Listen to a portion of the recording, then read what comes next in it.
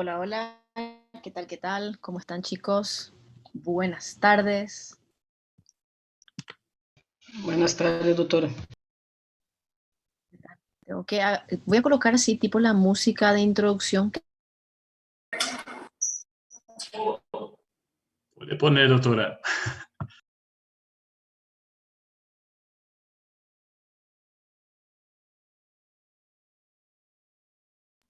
Creo que trabó. ¿Puede ser? ¿Está bien? Está travando un poco. Agora parece que volvió. Ahí, ¿qué tal? Ahora sí. Bien, con nuestro internet. Ok. ¿Cuánto tiempo? ¿Cómo están? No quiero Todo saber de bien. cansados ni de posexamen. Ya están todos libres de sus parciales, ¿verdad? Así mismo. No sé. Por 3 semanas. Por 3 semanas. Y después fármaco. Facilísimo. 553 capítulos. Saúl ya preparó unas 1000 preguntas por ahí. Casi nada. Tranquilo, nada Tranquilo. que preocuparse. Tranquilo, nada que preocuparse, ¿cierto? ¿No rindieron hoy? Ya se acabó los exámenes, ¿verdad? Sim, viernes acabó. Viernes acabó. Ok, perfecto. Bien, entonces. Creo que ya tuvieron inclusive la primera parte de esta clase, ¿sí o no? Antirretrovirales. Sí, doctora. Bien, muchas cosas son similares, ¿verdad? De hecho, yo decidí dividir la clase en dos porque había visto por separado, después me usado para darla todo de una vez, pero me parece mucho contenido. Y la siguiente clase va a ser tipo una parte antiparasitaria que son unos 10 medicamentos, nada más. Entonces, como acá es más complicado, no mucho que relacionar, separé la clase en dos. Vamos a hablar hoy de una primera parte y eventualmente la semana que viene hago la segunda parte y un complemento de lo que sería el resto, ¿verdad? Si sigue nuestro cronograma normal. Si para la semana que viene solamente nos programan un repaso de todos los contenidos, entonces doy la segunda parte y ahí repasamos todo esto que vimos, ¿verdad? Todavía estoy dependiendo de la programación que nos pasen, pero independientemente así vamos a hacer. Capítulo de 68, el previo de antirretro, ¿verdad? Como les decía, esta es una clase larga, poco de memoria, cierto que fármaco la mayoría es memoria, ¿verdad? Pero como esto no son medicamentos que se usan en el día a día, de repente si yo les empiezo a hablar de antibióticos como penicilina, amoxicilina, y todos en algún momento de su vida ya tuvieron contacto con ese tipo de medicamento, tanto como pacientes, escucharon hablar, se les consultó, no sé, desde eventualmente algún modelo de historia que se les presenta. Son los fármacos más comunes de utilizar, ¿verdad?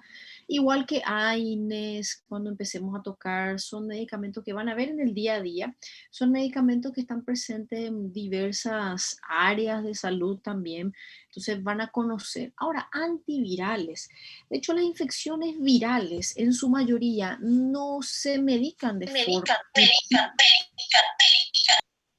Cuidado con los micrófonos abiertos que nos sale el eco, ¿sí? Les decía que las infecciones virales no es habitual ni recomendado medicar con antivirales de forma rutinaria. Nosotros lo que hacemos con los pacientes que tienen infecciones virales es justamente hacer un tratamiento llamado sintomático. ¿En qué consiste un tratamiento sintomático? Digamos que el paciente tiene fiebre, dolor de cabeza, dolor de garganta, dolor corporal y de repente tiene vómitos. Yo le haría antipirético, le haría analgésico para los dolores. Si acaso le voy a hacer una suplementación por los vómitos y las diarreas, y si acaso un antidiarreico que en la mayoría de las veces tampoco está indicado. Entonces, las enfermedades virales en más del 50% no se medican porque en su mayoría son autolimitadas. La otra condición interesante es que los virus son parásitos, son microorganismos intracelulares obligados. Entonces, ¿cuál es la repercusión de eso? Que si yo voy a medicar a un paciente con una infección viral, tengo que tener en cuenta que voy a terminar atacando la célula hospedera, o sea, el paciente en sí. Y las consecuencias de esto pueden ser más peligrosas que la propia infección autolimitada. Siguiente ítem, puedo tener infecciones virales en todos los tejidos, solo que no es lo habitual. Bien, habitual sería en ciertos periodos de edad y hablando más de cuadros respiratorios. Si yo tengo cuadros respiratorios, el 60% pueden ser virus y muchas veces son cuadros leves. Con más razón, si es cuadro leve, se aplica eso de ser un tratamiento sintomático. ¿Por qué cuento esto? Porque la farmacéutica te va a ofrecer. Este es un antigripal que tiene un antiviral que le puede atacar de repente a tal o cual virus.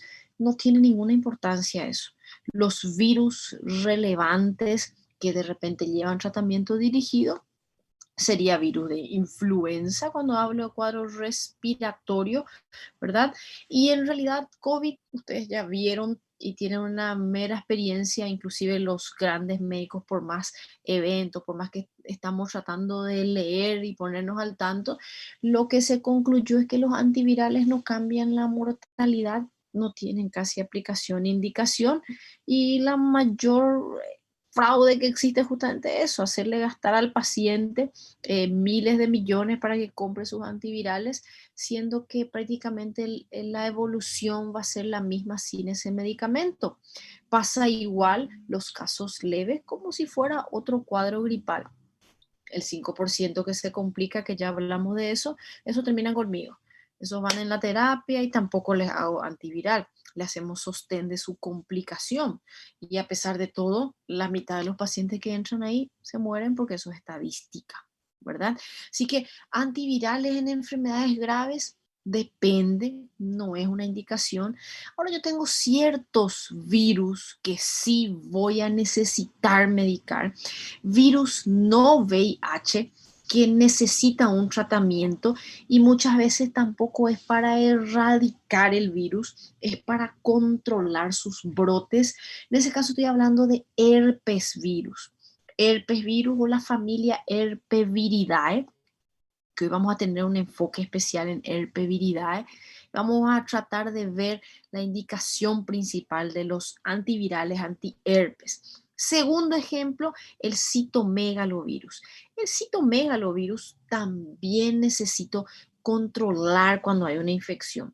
Citomegalo es interesante cuando se trata de una gestante, porque la infección se puede pasar al feto, hacer esa transmisión vertical y acarrear complicaciones severas, ¿verdad? ¿Qué más es importante recordar? Virus de hepatitis. Hepatitis que cronifican. Hablo de hepatitis B y C. En esos casos también debo conocer el esquema antiviral. Y después, en algún momento vamos a tocar de la influenza también. Y sí, es cierto que la influenza también llevaría un tratamiento antiviral. Se acabaron esos virus y los demás no se medican. No es primordial atacar un virus solamente para cortar su cuadro. Yo tengo un rotavirus, agente más frecuente de la diarrea, de repente las diarreas en ciertas edades, bien, y hasta de forma general. No se trata con un antiviral. Adenovirus, rinovirus, de todos los cuadros gripales, ellos son los que dominan. No hace falta medicar. A ver, creo que acá estoy con un inconveniente. Ahí, ¿qué tal mi internet? Me sale que hay un error. Sí, de por ahí sale entrecortado. Hablen, me interrumpen. Está bien, yo voy a tratar de Doutora, hacer switch. Decime. doutor- doutora, e apesar de ser considerado um parásito, o vírus não se considera um ser vivo, sim, ou não? Isso Lo que cambiou. pasa es que eso ya es una discusión antigua de microbiólogos. Lo que pasa es que él depende. Acuérdate que él utiliza las enzimas y las macromoléculas de la célula que él habita. Entonces, no puedo decir que él es un ser vivo como tal, pero él va a invadir el clásico ejemplo de parasitar la célula del ser humano. No así las bacterias que tienen vida propia, ¿verdad? Que ellas pueden subsistir en medios extracelulares Eso jamás ocurre con los virus. Lo otro interesante es que como él es una sustancia que se va a nutrir y lo que va a hacer invadir, infectar esa célula, usar todas sus macromoléculas y continuar una replicación viral. Entonces, a medida que él se replica, va inflamando. Si yo miro por ese lado, una sustancia que entra dentro de la célula, usa todo el resto, él no es un ser vivo, pero claro que sabemos que son agentes biológicos, pero los virus sí son dependientes. Si ellos quedan en el aire, no llegan a infectar, y bueno, se desaparecen, se esfuman, no van a quedar permanentemente en el aire. Y acá es otra cuestión de discusión porque depende mucho de la sobrevivencia. Al principio de la pandemia de COVID se creía que era como son las variantes ahora, que se quedaban en la superficie y nosotros teníamos ese contacto y de ahí agarrábamos.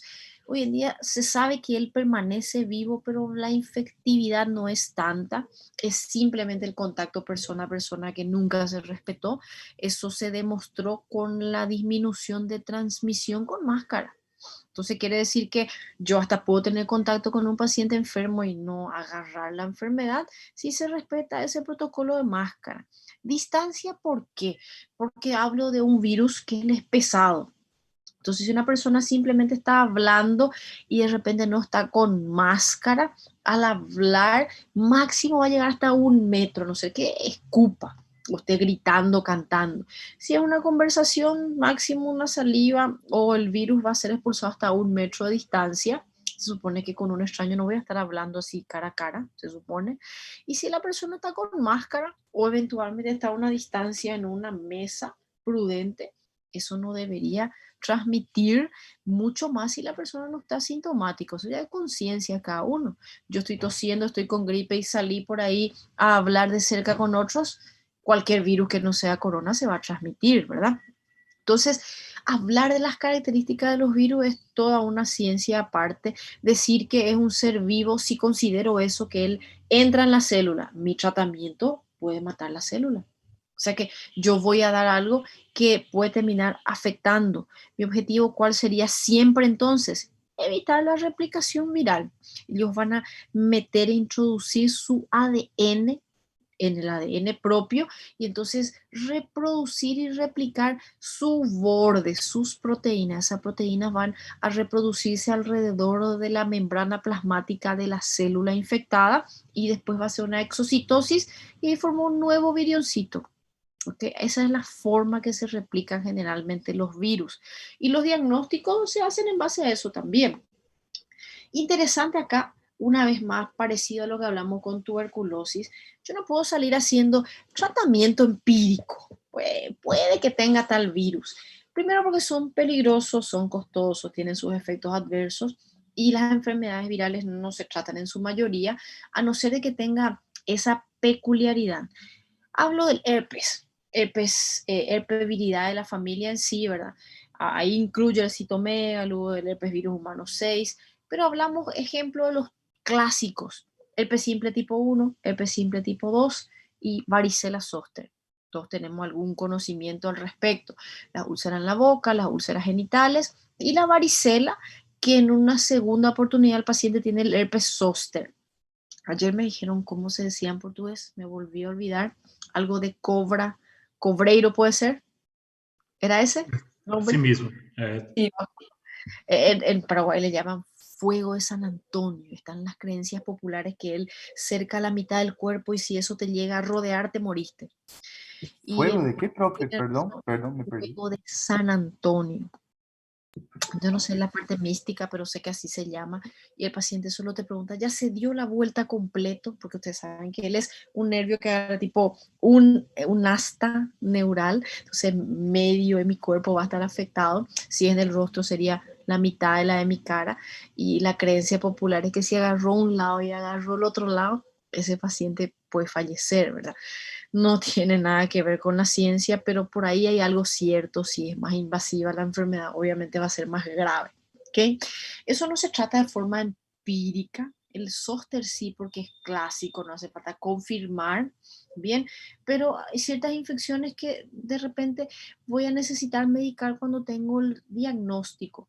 Yo les dije que los virus van a estar en todas las partes y dentro de todas las partes siempre lo más peligroso que no quisiera yo que se descomponga mi sistema nervioso central. Así que si yo tengo una meningoencefalitis, para yo decidir hacer un antiviral, tengo que tener en ese líquido cefalorraquídeo un estudio, ¿verdad? Y volvemos a la primera clase. Principios de tratamiento con antimicrobianos, antivirales, antiparasitarios.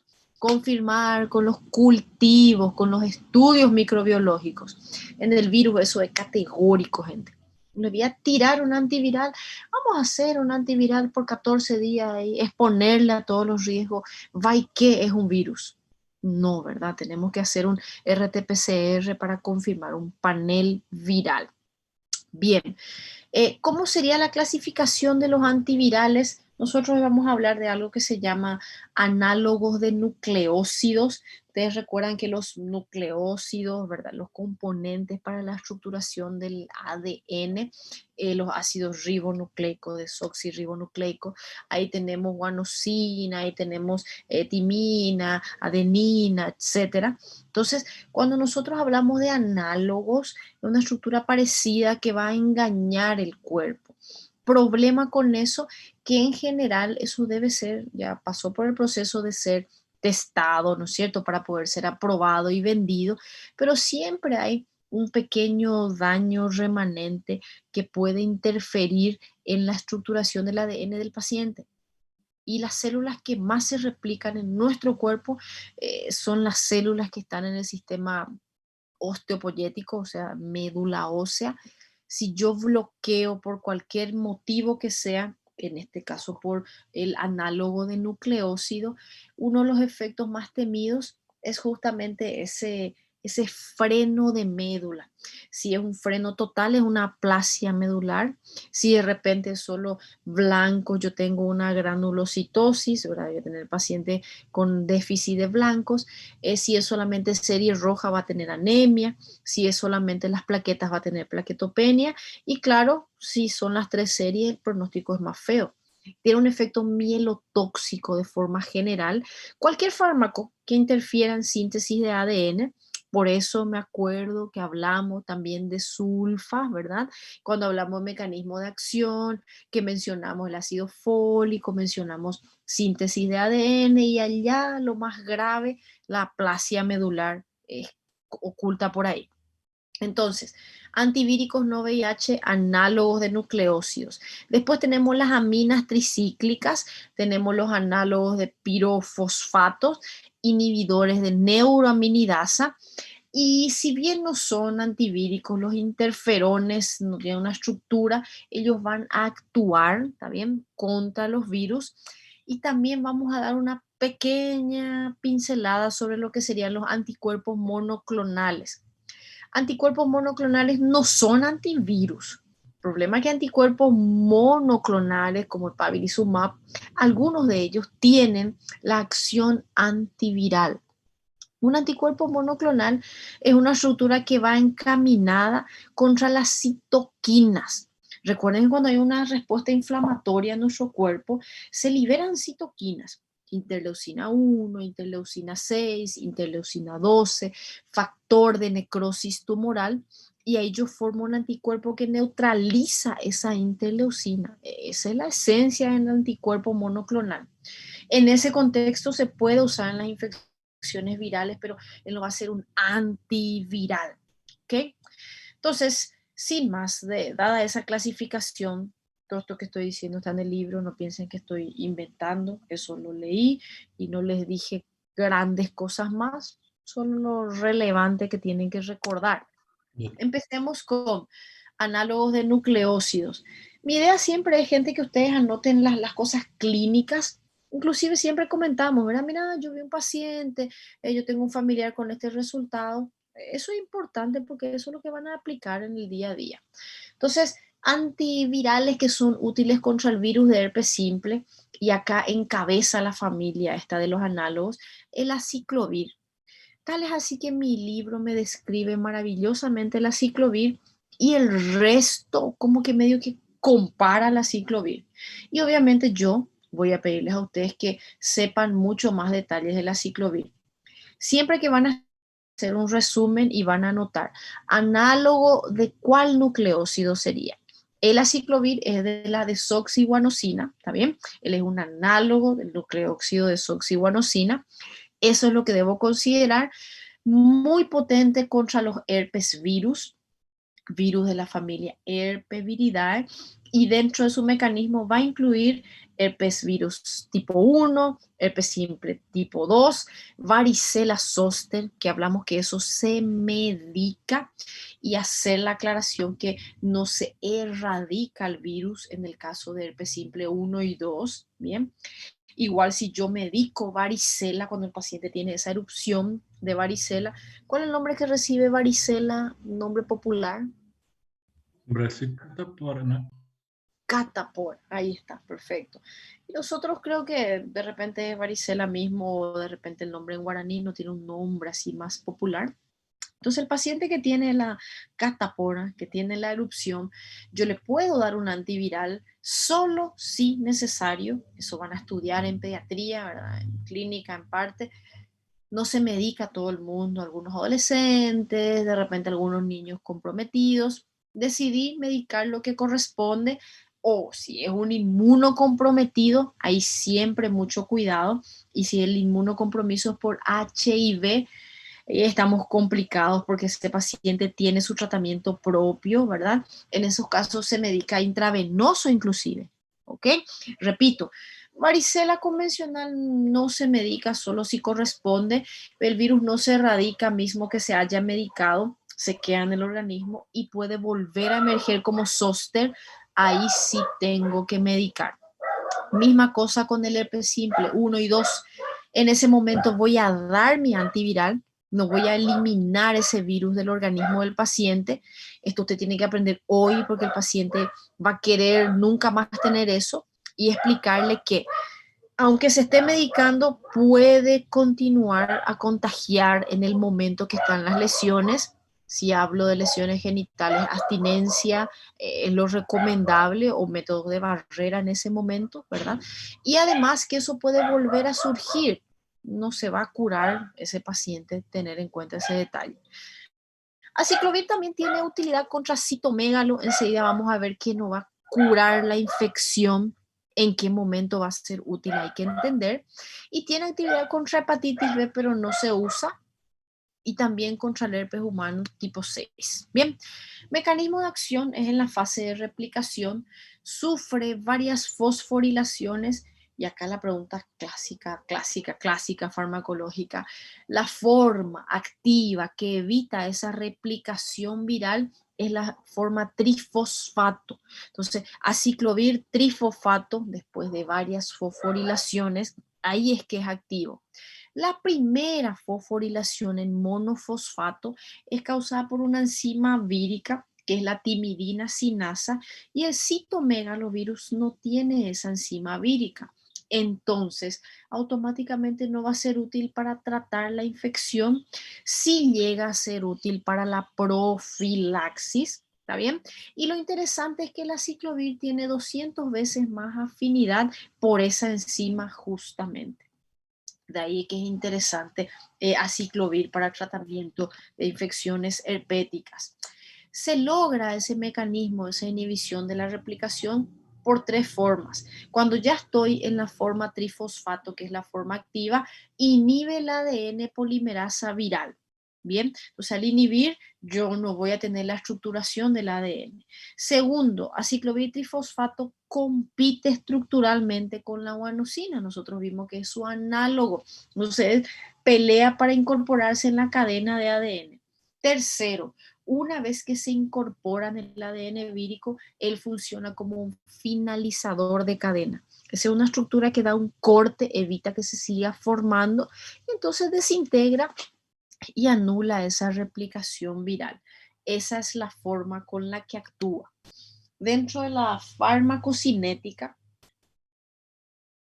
recordar acá dos detalles importantes. Primero, que tiene una absorción lenta, ¿bien?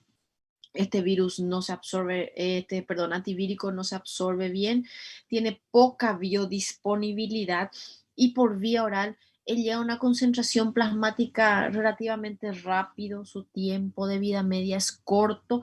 Si voy a duplicar la concentración máxima, que llegan 1 hora y media y máximo un tiempo vida media 5 horas.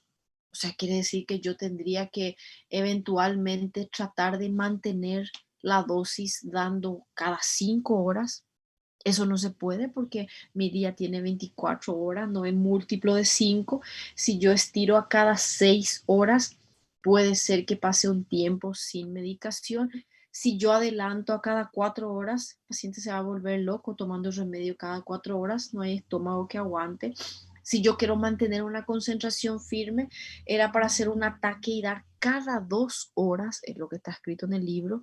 Y obviamente, imagínense un paciente que tiene que tomar un comprimido cada 2 horas en un día entero, cómo termina el estómago, ¿verdad? Entonces, ¿qué pasa con la ciclovir por vía oral? Nosotros damos de 8 en 8, hasta de 12 en 12, una dosis bien alta, pero no va a cubrir totalmente esa cantidad necesaria. Si yo estoy en presencia de una infección más grave, claramente vía oral no va a ser de elección. Entonces yo voy a utilizar vía intravenosa. ¿Por qué? Porque la concentración es 10 veces superior. Eso se ve en cualquier fármaco, gente que tenga baja biodisponibilidad.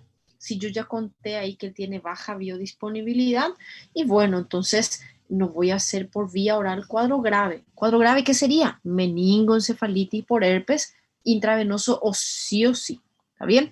Se fija poco a proteína, pero a pesar de eso tiene buena distribución, orina, riñón, pulmón, ¿verdad? Atraviesa la barrera hematoencefálica, más o menos ya deducimos porque les hablé de la meningitis, tiene buena concentración, habla un poco del humor acuoso, porque muchos de los virus que son graves, el compromiso que hace en el ojo, ya sea la parte corneal, la parte anterior o posterior, generalmente hacen corio, retinitis. Entonces, hacer una medición de la concentración en humor acuoso, obviamente que no voy a punzar. Señor, te voy a tratar ahí tu corio, retinitis y sacar un poco de humor acuoso. No se hace. Esto es un conocimiento general para que ustedes sepan que si llega a haber un compromiso ocular, este antimicrobiano va a alcanzar buenas concentraciones. Se sabe que en la vesícula se alcanza buena concentración y uno pensaría, cuando tengo una vesícula herpética voy a colocar allí algo tópico como una crema y la respuesta es no. Vía oral voy a tener mejor cantidad de concentración que va a llegar a esas vesículas. Interesante ese detalle, ¿verdad? Entonces, metabolismo hepático escaso, por suerte, porque dentro de los antivirales mencionamos virus de hepatitis B. Imagínense si le tenía que dar a un paciente con virus de hepatitis B que ya va a tener hepatitis y le voy a dar un fármaco con metabolismo hepático intenso. No es así. Metabolitos inactivos se elimina por el riñón, poquísimo por vía entérica, y se ajusta entonces a clearance de creatinina, la ciclovir. ¿Okay? Detalle también importante. Él se puede dializar si de por ahí nosotros tenemos la complicación del paciente con falla renal, le coloco aciclovir y después el paciente se dializa, no hay riesgo de toxicidad. Dentro de las reacciones adversas, existe la posibilidad cuando yo apliqué por vía intravenosa que él tenga dos grandes complicaciones. Primero, que cristalicen los túbulos y eso va a llegar a obstruir el túbulo, puede llegar a causar necrosis tubular aguda. Ustedes saben que ahí no hay filtrado, el paciente se queda anúrico y esa es una falla renal aguda peligrosa. O puede llegar a causar daño neurológico, la neurotoxicidad. Desde cosas sencillas como temblor, mioclonía, de repente el paciente confuso, hasta llegar a la condición letárgica. Va a variar esa manifestación. Todo eso cuando se hace la utilización por vía intravenosa. Bien, las aplicaciones locales tópicas se puede asociar a sensación de quemadura, prurito, un eritema. Y la aplicación tópica oftálmica se registra una queratopatía, una sensación de quemadura local también, una queratopatía puntiforme o puntata, ¿está bien? Reversible. No siempre raro, pero tener en cuenta que si el paciente tiene un compromiso, voy a después expectar por verificar, ¿verdad? Buscar esa complicación. Problema también cuando se administra por vía intravenosa.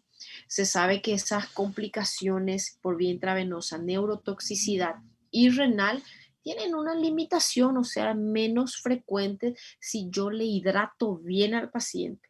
Suena lindo, suena fácil, te voy a poner aciclovir y te pongo mucho suero y se acabó el problema, pero en la vida real no es tanto así. ¿Por qué? Porque hidratar mucho a un paciente cardiópata me puede complicar más la parte cardiovascular. ¿Está bien? Primer detalle. Segundo detalle, le puedo sobrecargar de líquidos a mi paciente. Entonces, parece fácil, simplemente para evitar, en la práctica no es tan fácil. Problema mayor para mí particularmente. Tengo un paciente que va a recibir aciclovir en la vena. ¿Qué sería ese paciente?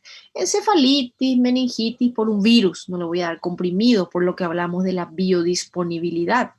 Ya sé que le tengo que hidratar mucho, pasar mucho suero, pasar un antiviral de forma frecuente y lo que causa es flebitis. Entonces, si yo le voy a cambiar todos los días la vía, no es compatible. Eso es como que sinónimo de colocar un catéter venoso central. Ya el paciente está más invadido, está complejizado, condición de este medicamento. Bien. Siguiente antiviral y es como, fíjense que para tratar de comparar, yo hablé de que el aciclovir se absorbe poco y tiene baja biodisponibilidad. El valaciclovir tiene una biodisponibilidad que es 5 veces superior al aciclovir. Bien, él hace como primera reacción, no es una fosforilación, es una hidroxilación, entonces convierte la hidroxilasa, se hidroliza ese fármaco, se convierte nuevamente en aciclovir y L-evanina, ese como un efecto de primer paso hepático, ¿verdad? No se va a llegar a fosforilar para convertir en aciclovir. Esa serie de fosforilaciones que llegan a ser los fármacos hasta quedar en su forma activa, como el original, eso iba inactivando otras enzimas y a partir de ahí surgían efectos adversos e intolerancia. Quiere decir que el valaciclovir tiene mejor tolerancia, tiene mejor biodisponibilidad, solo que podría llegar a tener los mismos efectos adversos. Claramente, a partir de allí su mecanismo de acción es igual. Si yo tengo entonces este fármaco, voy a tratar de reservarlo porque evidentemente va a ser más costoso para ciertas condiciones. ¿En qué indicación voy a aplicar? O sea, ¿qué momento voy a usar un valaciclovir? Mejor, más absorbible, igual aunque sea más caro tengo esa ventaja. Voy a llegar a utilizar en el paciente con sostén. ¿Pero en qué paciente? Paciente inmunocompetente y lo recomendado es antes de los 3 días de que el cuadro haya comenzado. ¿Bien? Entonces, herpes zóster en inmunocompetentes. El aciclovir, yo les comenté en general, tanto aciclo como valaciclo, tiene una acción, tiene una indicación con relación al citomegalo. Citomegalo en infección no es útil el aciclovir, por aquel momento que hablamos que ellos no tienen la enzima para hacer la fosforilación inicial, es una enzima vírica, ¿no es cierto? La timinacinasa, citomegalo no tiene esa enzima, pero aún así se usa aciclovir y valaciclovir para profilaxis. Graben lo siguiente, anoten, escriban y tengan ahí presente. Citomegalo aparece en el paciente inmunodeprimido, pero específicamente en el trasplantado. Gente, yo no voy a salir por ahí, tengo citomegalovirus. No es una infección del día a día. ¿Qué pacientes van a tener citomegalovirus? El trasplantado. Ellos llegan a hacer una esofagitis por citomegalovirus, que entra el endoscopista, vio ahí la úlcera que parece serpiente, eso es citomegalovirus. No se ve en el día a día, es uno de los cuadros que se presenta muy frecuentemente en ese grupo, tal es así que esos pacientes utilizan profilácticamente antivirales, ¿cuál?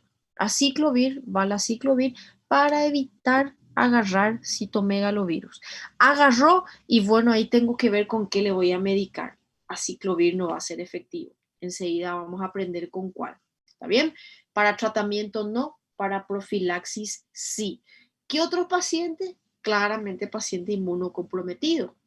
Tengo un paciente portador de HIV que ya está en la fase SIDA, eso era inmunocompromiso, ¿verdad?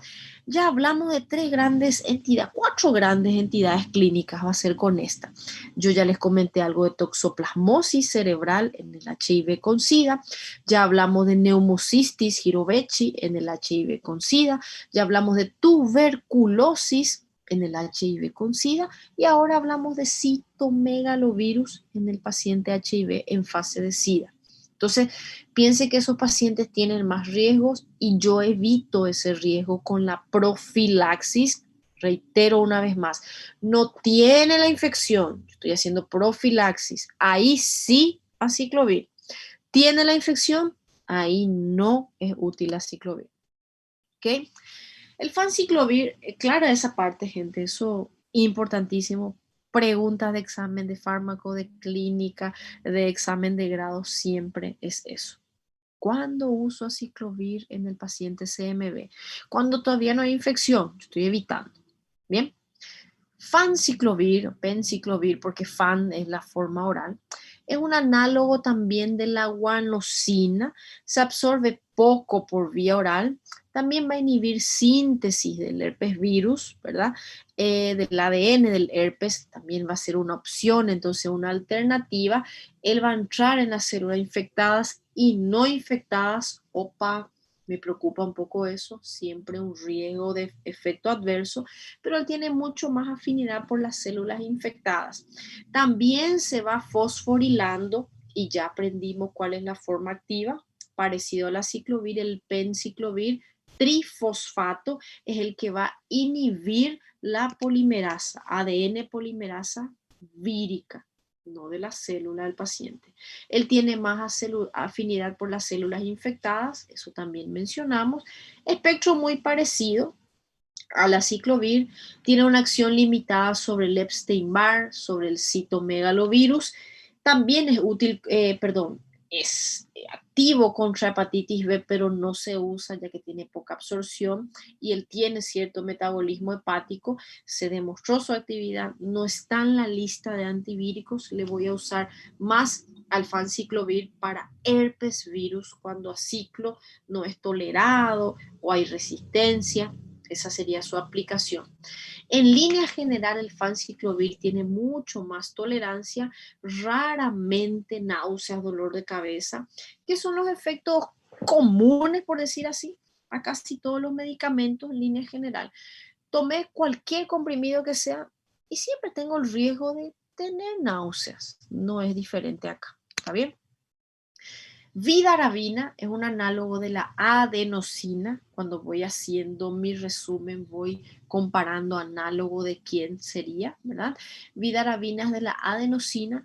In vitro él tiene una actividad también con herpes, con varicela zoster, con otros virus, herpes viridae, ¿verdad? Con Epstein-Barr, con viruela, rhabdovirus, hepatitis B. O sea, vidarabina tiene un mayor espectro, en teoría tiene una forma diferente de funcionar porque él es un análogo de adenosina, entonces yo le tengo como una alternativa a los otros.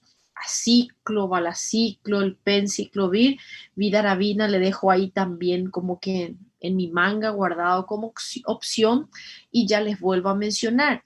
Siempre la forma activa sería trifosfato, para eso debe fosforilarse, excepto el valciclovir, que es lo que vimos hasta ahora, él se hidroliza. ¿Okay? Las fosforilaciones repetidas para que pueda llegar a inhibir a la ADN polimerasa es lo que va a ser responsable del efecto tóxico, porque a la par que se fosforila, si recuerdan algo de bioquímica, ese proceso puede llegar a inactivar otras enzimas esenciales. En este caso también yo tengo absorción mínima, bien, el tejido de repente va a tener una forma más soluble, eso quiere decir que también necesito hidratar mucho al paciente, hidratar bastante para que se pueda eliminar, entonces requiere de infusión de muchos líquidos, limita su uso. puede tener efectos gastrointestinales también en su presentación oral, como todos. Y acá ya entra nuevamente el efecto que yo mencioné que era peligroso, la mielotoxicidad y los efectos neurológicos. Vidaravina se mostró muy potente, pero desde que tengo antivirales que son más efectivos, más seguros, como aciclo, valaciclo, fanciclovir, dejo eso como una alternativa. Está escrito así mismo. No voy a usar en todo el mundo de inicio vidaravina. Se administra por vía parenteral porque dice ahí no hay prácticamente absorción. ¿Y qué paciente es el que va a usar antiviral en la vena? No le voy a internar a un paciente que tiene un herpes labial para ponerle un inyectable en la vena, que encima es peligroso, mielotóxico, neurotóxico. Entonces, ¿cuándo voy a preferir usar este fármaco? Cuando mi aciclovir es contraindicado, causó alergia, no es tolerado y yo necesito una aplicación intravenosa. ¿Qué contexto es ese? El paciente que tiene encefalitis herpética. Por favor, anotar claro y subrayar. Alternativa. No es que tengo encefalitis, encefalitis vidaravina. No, encefalitis aciclovir también. No tolera aciclovir, esta es una opción. ¿Ok? Trifluoridina, bueno, la trifluoridina, peor, acá sería lo contrario. Vidaravina no vía oral, solo parenteral. Acá es lo contrario, acá no vía parenteral, muy tóxico por vía parenteral.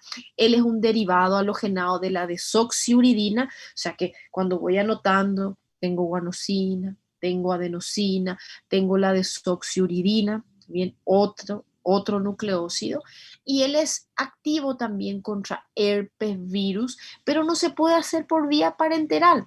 Si yo les coloco, por ejemplo, en el examen, trifluoridina exclusivo para encefalitis herpética, falso, verdadero, falso, porque la trifluoridina no se hace parenteral y yo aprendí que la encefalitis herpética es parenteral, entonces aciclovir no funcionó, opa, vidaravina.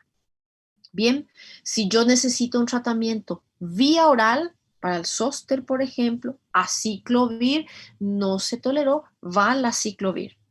Si yo necesito un tratamiento para algo tópico, que no tiene que ser por vía parenteral, que era algo tópico y una conjuntivitis, por ejemplo, una queratoconjuntivitis, aciclovir y me causó otra vez una lesión, sí, porque una queratitis, una lesión como quemadura, suspendí el aciclovir tópico. Trifluoridina es una alternativa para la queratoconjuntivitis herpética. Recuerden, toxicidad medular es tan grave que no puedo aplicar intravenoso, solamente de acción local tópica. Única indicación entonces, queratoconjuntivitis. Bien, siguiente medicamento, otro nucleócido. Estamos hablando aquí ahora de un análogo de timidina, la bribudina. La única indicación es virus de varicela zoster, su forma fosforilada, nuevamente recordar, forma trifosfato, forma activa, va a inhibir la ADN polimerasa. Útil la bribudina por vía oral, tiene un efecto de primer paso, pero se tolera bastante bien a pesar de que lo que puede llegar a generar, como todo fármaco vía oral, esto como que tiene que ser un cliché, gente, ¿sí? No tiene efectos graves, se usa más por vía oral y si es más por vía oral, el efecto es vía oral, ¿eh? La vía entérica, gastrointestinales. Náusea, gastritis, dolor abdominal, raro. Al decirte bien tolerado, no es que frecuentemente cause eso. Puede causar eso. Porque vamos a estudiar en algún momento, ustedes estudiaron, de hecho, macrólidos. Macrólidos frecuentemente te causa problemas gastrointestinales. Dentro de sus efectos adversos, el más frecuente es gastrointestinal. Por más de que no sea grave, él es frecuente. ¿Okay? Otro fármaco, por ejemplo, la metformina, un antidiabético, frecuentemente te causa problemas gastrointestinales. Tal es así que si es un medicamento que yo tengo que tomar todos los días y el problema es gastrointestinal, eso me lleva a suspender. Entonces, sí, tengo que aprender que cualquier comprimido me puede dar náuseas, cierto, pero tengo que saber en qué medicamento eso es frecuentemente de aparición. Bribudina no, por eso él es una alternativa. ¿Alternativa a qué?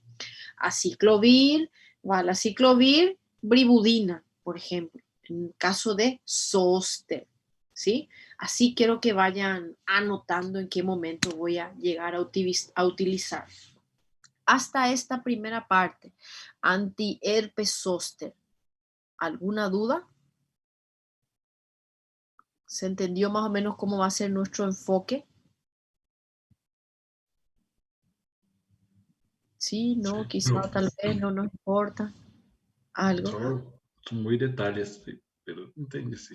Son muy detalles, pero lo que quiero que anoten, aciclovir es el rey representante acá de todos. ¿Qué es lo que vamos a tratar? Y vamos a tratar herpes simple.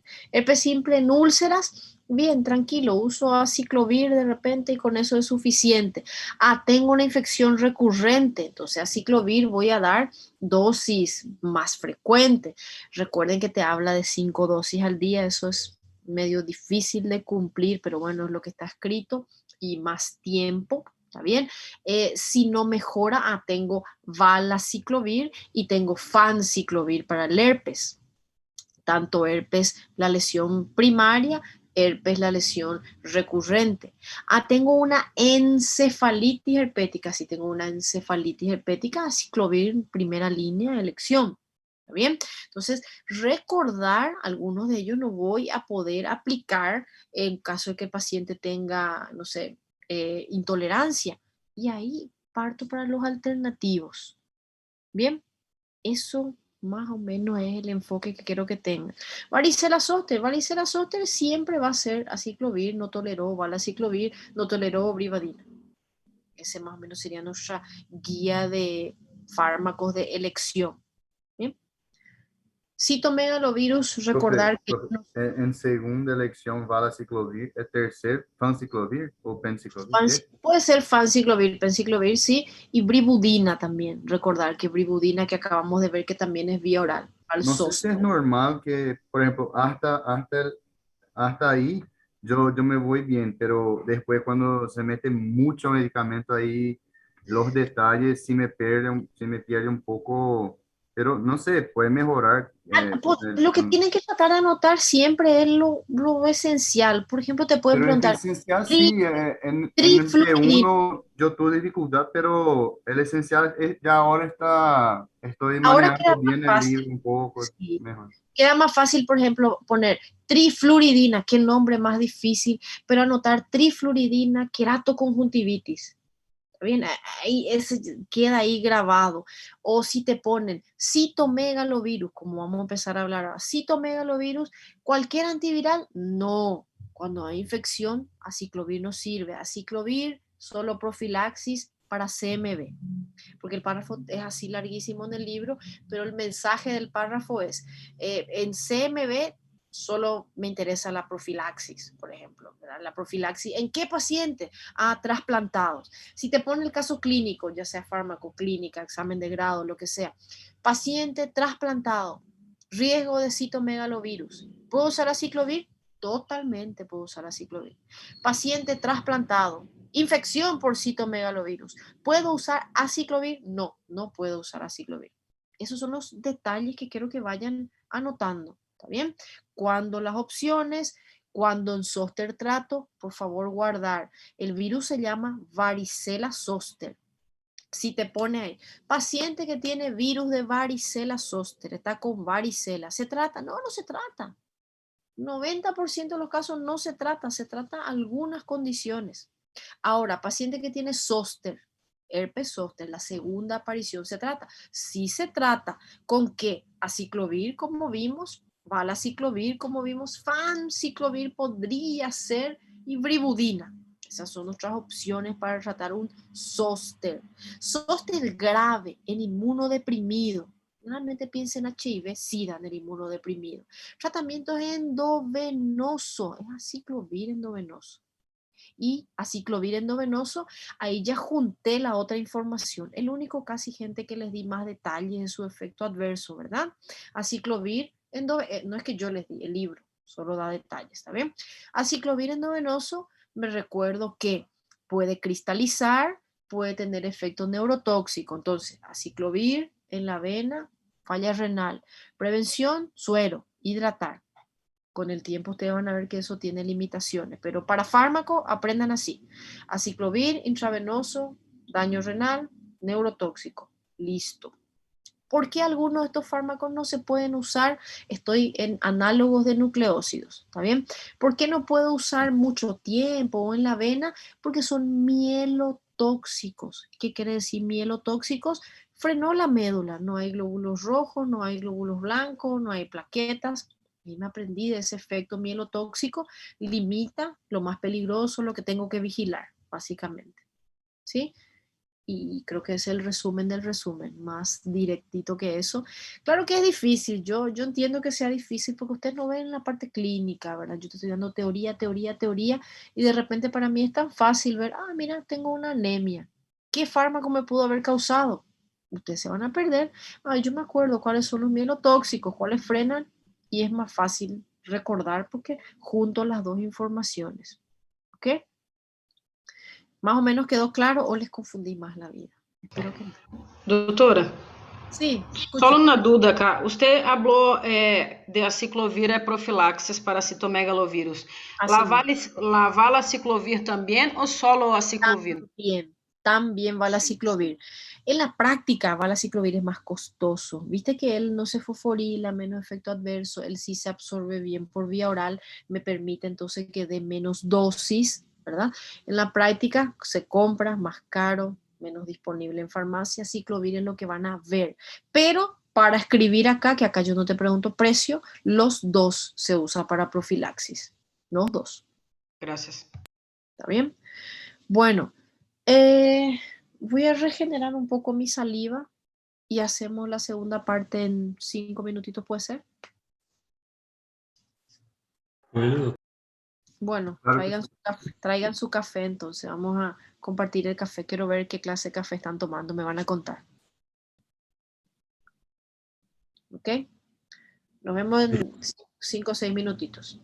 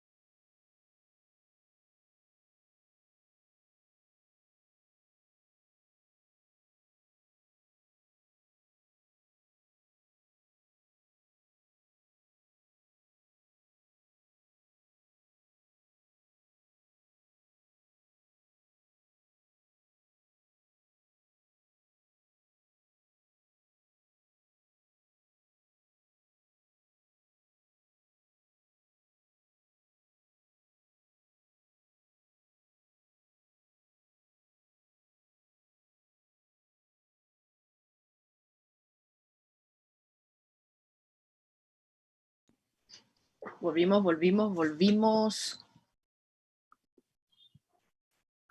Están ahí, están vivos, están despiertos. ¿Qué tal, qué tal? Ay, yo estoy súper despeinada. Ok. Bueno. Ay. Gente, vamos a continuar.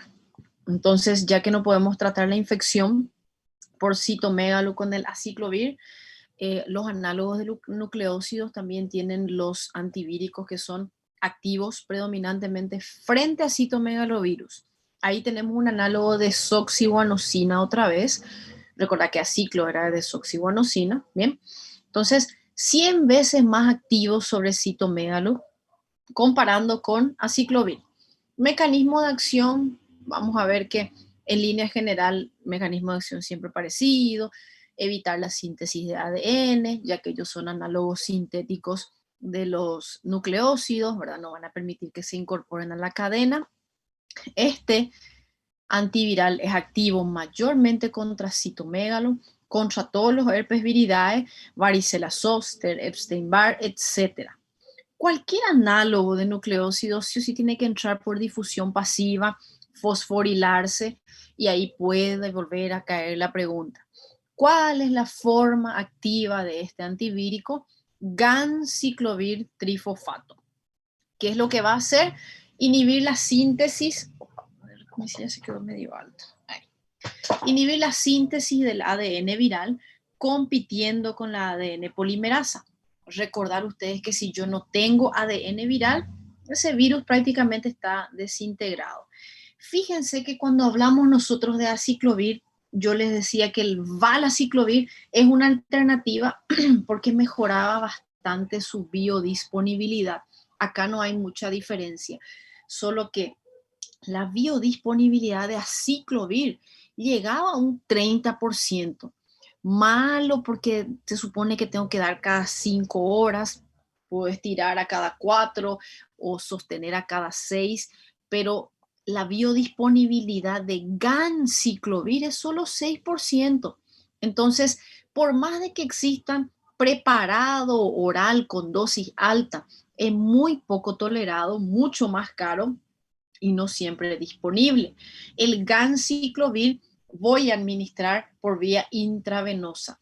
Ahí habla administración intravítrea.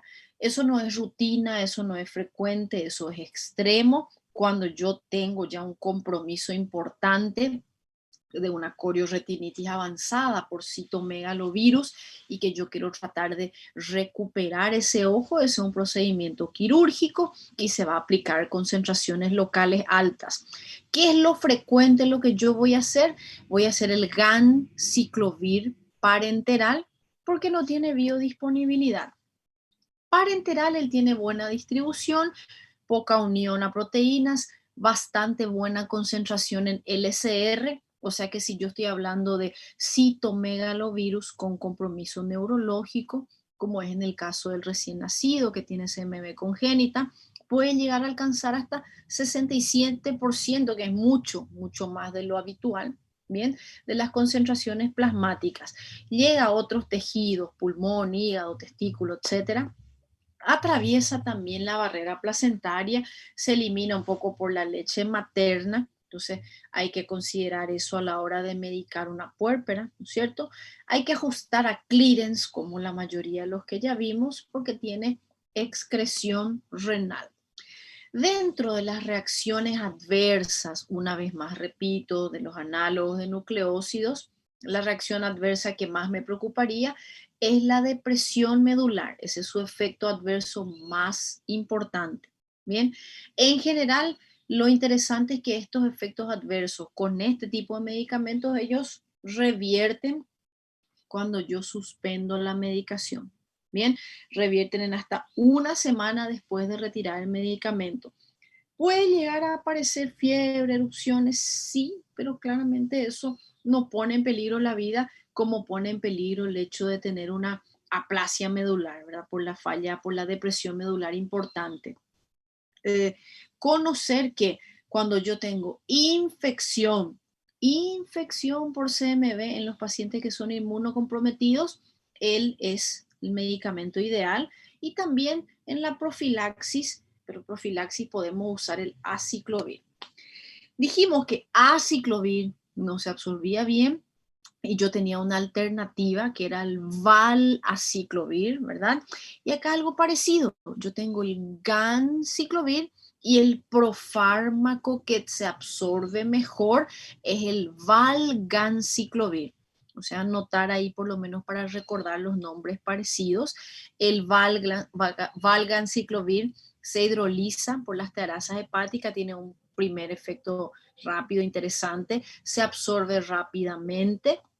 El efecto adverso es parecido al ganciclovir, también la depresión medular debe ser vigilada.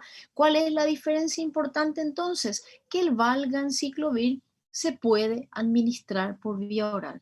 Yo puedo iniciar un tratamiento con ganciclovir dependiendo de cuál es el paciente, qué tanto es el compromiso, continuar el tratamiento por vía oral. ¿Okay? 2 fármacos entonces contra CMV, ganciclovir parenteral y valganciclovir por vía oral. Efecto adverso muy parecido a lo otro, mielotoxicidad. Seguimos con los análogos de nucleócidos y entramos ahora con los que tienen una actividad más predominante contra virus de hepatitis B. Aquí se encuentra la lamivudina. Si es que ustedes ya hablaron algo de antirretro, seguramente tocaron la lamivudina, porque la descripción en general de este fármaco está en el otro capítulo, porque él es un antirretroviral. Yo solo le menciono lo que quiero que recuerden. Él es un análogo nucleócido de la citosina. Él fue uno de los primeros que se usó contra hepatitis B en monoterapia, pero lógicamente todo lo que se llega a hacer en infección crónica en monoterapia va a generar resistencia. Hoy en día se puede usar la lamivudina, se usa de hecho, pero más en el contexto de asociar con el medicamento que es ideal para hepatitis B, que no hablaré hoy, pero ya les cuento, es el interferón alfa y su forma pegilada. ¿Está bien? El interferón pegilado es el fármaco de tratamiento de la hepatitis B. Puedo hacer en la hepatitis B crónica interferón con la lamivudina. ¿Bien? No elimina todos los ADN como otros nucleócidos excepto el fanciclovir. Siguiente fármaco con actividad antivirus de hepatitis B, que también es activo contra retrovirus. Entonces yo tengo la lamivudina útil contra retrovirus y tengo adefovir útil contra retrovirus, que él es un análogo de adenosina. Por eso, gente, acá de repente se les va a confundir mirar y estudiar así por párrafo. Prefiero que coloquen en un cuadrito análogo de guanosina, análogo de citidina, análogo de adenosina, de timina, etcétera, e ir colocando los nombres. Ese va a ser como el vistazo antes del examen, porque aprenderse de memoria, lógicamente, eso no es tan del día a día, es muy difícil recordarlo todo. Bien, ¿cuál es su forma de actuar? Él bloquea la transcriptasa inversa, por eso es útil contra retrovirus y lo hace por un mecanismo competitivo, y una vez que se localiza allí por ser un análogo, se comporta como un finalizador de cadena. La toxicidad renal que tiene cuando se da de forma crónica el adefovir hace de que no se use frecuentemente, de hecho no está más en los esquemas, contra VIH, y solamente le tengo un espacio. Él es un antirretrovirus que también es útil contra hepatitis B, pero no es de primera línea contra hepatitis B. ¿En qué momento voy a usar adefovir? Cepas mutantes. Lastimosamente los virus son los agentes microbianos, o sea, son los agentes biológicos más mutantes que existen, porque recordar que ellos se incorporan al sistema de ADN, entonces eso hace que cambien su configuración y cambian la cepa rápidamente. Eso en todos los virus. Bien, entonces cuando se presenta un virus de hepatitis B, una cepa mutante, adefovir es una opción. Repito otra vez, la lamivudina, nunca en monoterapia, es un antirretroviral. Voy a usar en todo caso interferón con la lamivudina. Adefovir también es un antirretrovirus y me limito a usar cuando tengo cepas mutantes del virus B. Entricitabina. Si ustedes ya no se acordaban de los nombres previos de trifluovina, de ribavirina, de adefovir, entricitabina. Para mí que ese es el nombre que podemos usar en ahorcaditos, más difícil de recordar. También es un antirretroviral muy parecido a la lamivudina, inclusive hay resistencia cruzada. También actúa como un terminador de cadena. No es primera línea. Todo esto que estoy hablando son alternativas. Bien. Entecavir. Ahora sí empezamos a hablar de los antivirales potentes contra virus de hepatitis B. Yo anoté entricitabina, anoté adefovir, anoté lamivudina, pero ellos son más del capítulo siguiente. Y ahora sí, para hablar de un fármaco con actividad antivirus de hepatitis B, entecavir. Él es un análogo de guanosina, puede tener actividad contra otros virus como influenza, herpes simple, etc. También su forma activa es la forma trifosfato. Fíjense que estas son como generalidades, ¿bien? Inhibe la replicación viral. Lo interesante del entecavir, para mí que el primero que tiene esta característica, biodisponibilidad de 90%, solo que se recomienda consumir lejos de los alimentos, también disminuye su absorción. Puede tener efectos adversos más leves, escasos, de repente dolor de cabeza, una astenia, limitados. Eso no va a evitar que yo continúe mi tratamiento, ¿ok? Repito, entecavir, potente contra virus B, forma activa trifosfato, inhibe la replicación viral y más potente que la lamivudina. Siguiente opción que también es potente contra el virus B, telvivudina. Él va a inhibir la polimerasa del virus de hepatitis B y por eso inhibe la síntesis de ADN. También, como el entecavir, tiene buena biodisponibilidad.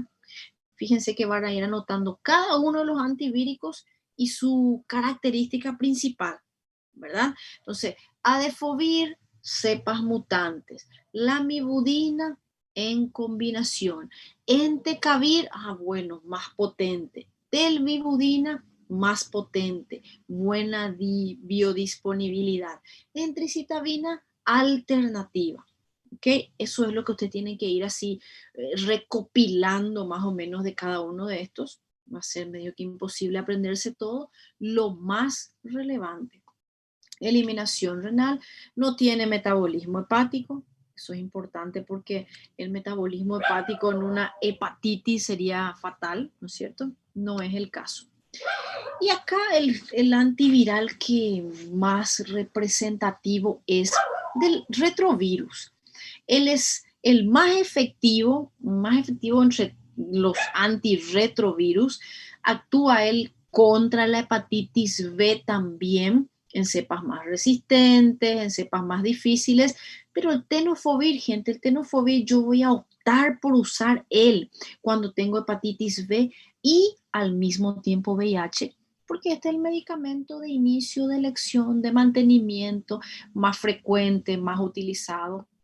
Tenofovir inclusive se usa con la lamivudina, con dolutegravir, en pacientes que, por ejemplo, tuvieron el llamado accidente de punción. Te van a tener que estudiar estos protocolos Paraguay y Brasil, así que van a tener que aprender después. Viene un enfermero, consultó porque haciendo una vía se punza y el paciente era HIV. Ustedes saben que hay que hacer un tratamiento de profilaxis de 1 mes. Tenofovir es una de las drogas que se usa. Entonces, vuelvo acá al foco. Tengo antinucleócidos, antihepatitis B. Yo hablé de entecavir, hablé que es uno de los más potentes y ahora les comento tenofovir, uno de los más frecuentes. También es potente, pero como muchas de las veces hay una coinfección con VIH, tenofovir es el ideal. Las dosis igual como antirretroviral. ¿Ok? Y eso son nuestros virus, los antivíricos contra virus de hepatitis B. Doutora, Señor. El tenofovir e o encitrabina se utiliza como profilaxia HIV, né? PrEP, não sei se a senhora... Mira, E ele serviria também para hepatites nesse caso? ¿No? Para hepatitis B en pacientes que tienen coinfección con HIV. Recordad que nuestro esquema de hepatitis crónica es interferón, lamivudina, ¿sí? Entricitabina y adefovir es cuando hay resistencia eventualmente, ¿ok? Y tenofovir él es muy potente, tiene pocos efectos adversos, él es bien tolerado, también tiene buena biodisponibilidad, solo que él está más en el tratamiento antirretro. Se puede llegar a usar para hepatitis B y si puedo unir los dos y matar un pájaro del mismo tiro, o sea, tiene hepatitis B y tiene HIV, tenofovir, ¿ok? Gracias. Bien, nada. Finalizando, hablamos un poquito contra virus de herpes simple. Fíjense, imagínense si iba a dar toda la clase de una. Esta es la mitad del capítulo nada más. Falta la otra mitad del capítulo. Pero esto es lo que más van a usar en el día a día. Lo otro, un poquito vamos a hablar de las aminas, de repente que vamos a usar inhibidores neuroaminidasa y para influenza, amantadina o celtamivir. Eso puede ser que vean así en el día a día. Ustedes nunca van a prescribir de repente un anticuerpo monoclonal. Difícilmente ustedes indiquen un interferón. Eso se limita para atención terciaria, no va a salir por atención primaria ni médico general. Poco probable que vean en el día a día que tengan pacientes que usen habitualmente, pero claro, nos vamos a dar una pincelada básica de los mecanismos de los demás. Ahora estos, hepatitis B dentro de las infecciones crónicas graves, muy frecuente, tiene que tener una idea de qué está tomando el paciente, qué puedo controlar, qué voy a esperar, buscar. O sea, no le voy a pedir un perfil hepático buscando efecto adverso. No va a ser lo que yo voy a encontrar. Le voy a pedir un hemograma para ver si no es mielotóxico. ¿Ok? Esa es más o menos la idea. Y herpes sí se va a tratar en atención primaria. Van a ver muy frecuentemente utilización de aciclovir. Profilaxis para CMV con el propio aciclovir o valaciclo, ¿verdad? Tratar CMV con ganciclovir o valganciclovir tampoco va a ser el día a día, pero debemos conocer. Y finalizando acá los análogos, saqué esos tres más importantes y tengo los otros viruses, ¿sí? Dentro de los otros virus, no es tampoco frecuente tratar los otros virus, excepto virus de hepatitis C. Pero la ribavirina, también análogo de la guanosina, es de amplio espectro, por eso otros virus no le dejan a uno solo. Ella es útil porque, fíjense, activo contra virus ADN, contra virus ARN. Inhibe replicación, por ejemplo, del virus sincitial respiratorio. Inhibe replicación de influenza A, B, parainfluenza, adenovirus, ¿sí? Que son paramixovirus, infecciones respiratorias en niños. Esto van a tener que aprender de memoria estos agentes causales. ¿Quién causa rinitis? ¿Quién causa laringitis? ¿Quién causa croup? ¿Quién causa epiglotitis? Etcétera. Bien, eso ustedes van a entender cuando correlacionen ahí con la pediatría. Fíjense, ribavirina puede ser útil. Secreto de la vida. La mayor parte de las veces no usamos antivíricos en las infecciones virales. Pero bueno, si hay necesidad, es ribavirina. Entonces, si no usamos frecuentemente, ¿dónde vamos a usar? Vamos a usar en hepatitis C. Pista también con el interferón, parecido a lo que pasó con hepatitis B. Ribavirina, mucho más van a ver vía oral en hepatitis C. ¿Okay? Análogo entonces guanosina, amplio espectro, por fin algo positivo, no hay un mecanismo conocido, no se sabe. ¿Va a bloquear síntesis de ADN? Sí, pero ¿cómo exactamente no? ¿Ok? Buena absorción vía oral, detalle que hay que recordarse de ella. ¿Ok? Está rico el café. Detalle que hay que acordarse de ella, ella se acumula en los hematíes. Al acumularse en los hematíes tiene semivida de más duración por días. Lo interesante es que su metabolismo es intracelular. Entonces, si yo voy a destruir los hematíes al metabolizarme, ¿Cuál va a ser el efecto adverso más frecuente? Anemia. Se acabaron los glóbulos rojos porque ella se acumula allí dentro de los efectos que más voy a ver frecuentemente. Chao, glóbulos rojos. Entonces, eliminación por metabolismo intracelular, en parte por excreción renal, se acumulan hematíes semivida larga y dentro de sus reacciones más frecuentes, la anemia. Como es una anemia que va a destruir el hematíe, no porque ella está en la médula, porque los otros destruyen la médula, ¿verdad? La fábrica. Acá se destruye ya el producto afuera. Ella se acumuló en el hematíe ya maduro, por decir así. Entonces, ¿qué va a pasar con la fábrica? La fábrica va a percibir, la médula, ¿verdad? Que hay pocos hematíes y ella va a tratar de producir más. La célula precursora del hematíes, recuerden que es el reticulocito y es un marcador de que la anemia fue consecuencia de eliminación del hematíes ya maduro. El problema no está en la fábrica, porque si estaba en la fábrica, como lo que vimos anteriormente, no hay reticulocitos. Así que cuando tengo anemia con reticulocitos, estoy hablando de ribavirina. Muy frecuentemente su uso bioral, que sí que gastrointestinal también está entre sus factores. Fíjense acá en la indicación y ahí más o menos van a entender lo que hablamos. Ya tiene un amplio espectro de acción, más frecuentemente por vía oral le voy a usar para el virus de hepatitis C, pero ya también es útil, por ejemplo, en influenza, para influenza, en virus sincitial respiratorio. Puedo usar como aerosol, nebulización en virus sincitial. Gente, casi no se usa. Virus sincitial van a darse cuenta cuando estudien PET que es la causa más frecuente de bronquiolitis en niños, la enfermedad de lactantes. En esos niños se trata con oxígeno y esos niños resuelven el problema. Ok, hay de repente virus sincitial, en neumonía, el bebé es inmunocomprometido o tiene una cardiopatía congénita. Ese no es el día a día, ese es el complicado. Y decido hacer antiviral. Ribavirina existe en aerosol para tratar esos casos, ¿está bien? Puede hacer inhalatoria en los PAF, se puede hacer influenza, aerosol, inhalatorio, o sea, nebulizar, usar PAF para influenza. En el caso de una infección grave como el hantavirus, también se puede usar por vía intravenosa ribavirina y repito, la forma más frecuente de usar este antivírico de amplio espectro va a ser la vía oral contra hepatitis C. ¿Ok? Y bueno, rapidito, un repasito de lo que dije. Bien. Aciclovir es nuestro más común inhibidor de nucleócido, útil contra herpes, herpes 1, herpes 2, varicela zoster en su fase de varicela, si hay indicación, en su fase de zoster mayormente. Valaciclovir sería la mejor biodisponibilidad vía oral. Mi alternativa entre ellos, fanciclovir.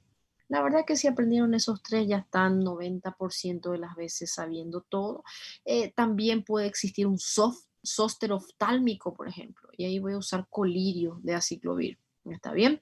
Citomegalovirus ya no es aciclo para infección, para profilaxis. Puede ser para tratamiento uso ganciclo o voy a usar también valganciclo. Semana que viene vamos a hablar del foscarnet, que es un análogo de los pirofosfatos, también se usa en citomegalo. Nosotros hablamos también de virus sincitial respiratorio, ribavirina. ¿Ok? Hablamos también de hepatitis C, ribavirina, pero con interferón. Y hablamos de hepatitis B un poco, interferón lamivudina, pero ahí hablamos de entricitabina, hablamos de adefovir y mencioné un poco el tenofovir cuando hay coexistencia con HIV. ¿Ok?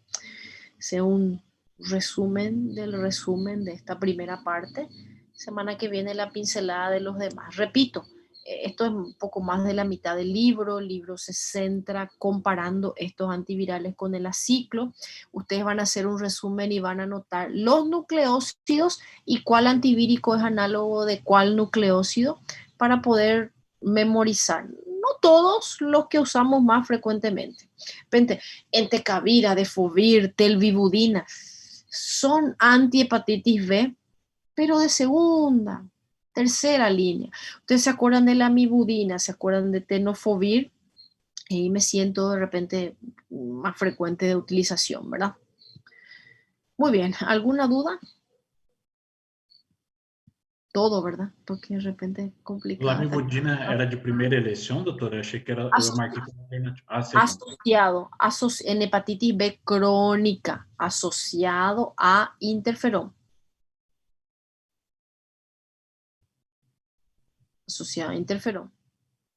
Difícil de saber, ustedes saben que cada sociedad tiene su esquema, pero vamos a entrar de inicio, hepatitis B crónica, interferón alfa, que no hablamos todavía de los interferones, pero ya les cuento, es interferón, con la amibudina, puede ser con entecavir, porque dijimos que era más potente, ¿se recuerdan? Profe, sobre la valganciclovir, ¿cuándo usted habló que podemos usar, profe? Valganciclovir es como el ganciclovir. Ellos son los análogos de nucleócidos que son útiles contra citomegalovirus, pero el valganciclovir es biodisponibilidad vía oral. ¿Cuándo puedes usar? Continuidad de tratamiento. Ok, profe, era eso que quería saber. Gracias. Bueno, gente, entonces creo que hasta aquí llegamos. ¿Está bien? Nos vemos semana que viene. Muchas gracias por la atención. Graças a vos, doutora. Gente. Gracias. Graças, doutora. Feliz cumpleaños. Gracias, muy amable. Parabéns. Parabéns, professor. Atrasado, profe. No importa si es atrasado, lo que importa es el cariño. Cuídense, que tengan un buen resto de semana, estudien. Nos vemos a la próxima. Chao, chao. Chao, profe, gracias. Tá, profe, gracias. Chao, profe. Chao, chao, chao, chao. Buen estudio. Hagan su resumito con los análogos y repasamos semana que viene.